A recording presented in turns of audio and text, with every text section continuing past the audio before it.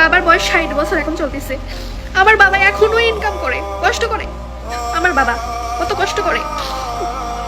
আমার বাবা গাড়ি চালায় এখনো, এই 60 বছর বয়সে আমার বাবা গাড়ি চালিয়ে সংসার চালায় এখনো। কেন জানেন? কারণ আমার বাবার কোনো ছেলে নাই, আমার বাবার বড় কোনো ছেলে নাই যে কষ্ট মানুষ করার পরেও তাকে ইনকাম করে খাওয়াবে। একজন ছেলের মা কষ্ট করে কিন্তু এককালে এসে সুখ পায়, কিন্তু যার ঘরে যুবক কোনো ছেলে নাই, যার ঘরে বড় কোনো ছেলে নাই, 2-3টা মেয়ে আছে, কষ্ট করে বড় করে খাওয়ায় পড়ায় 20 বছর পর্যন্ত, পরে আরেক ঘরে বিয়ে দেয়, তারা কি পায়? তারা কিচ্ছু পায় না।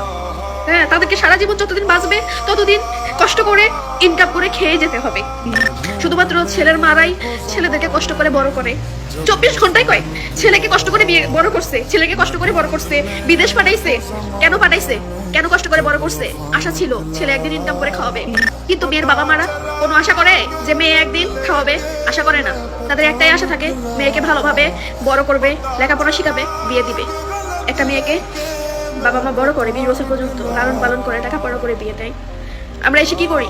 পরের ঘরের ছেলে, সংসার, তাদের মা সবকিছু সামলাই আমরা, তাদের আত্মীয় স্বজন, বোন সবকিছু সামলাই।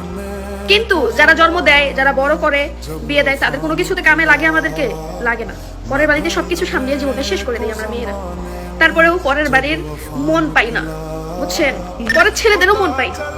তারপরেও তাদের মনে থাকে তাদের মারাই তাদেরকে কষ্ট করে লালন পালন করে বড় করছে। বাড়িতে যখন ফোন দেই, আব্বু কই? অমুক জায়গায়। বাড়িতে গেলে তোর মার সাথে কথা বলিস। ফোনটা কাটার পরে মনের মধ্যে একটা আক্ষেপ লাগে, কি জন্য ছেলে মানুষ হয়ে জন্ম নিলাম না। 3 বোনকে বিয়ে দিছে, বড় করছে, 60 বছর বয়সে এখনো ইনকাম করে নিজের পেট চালায়।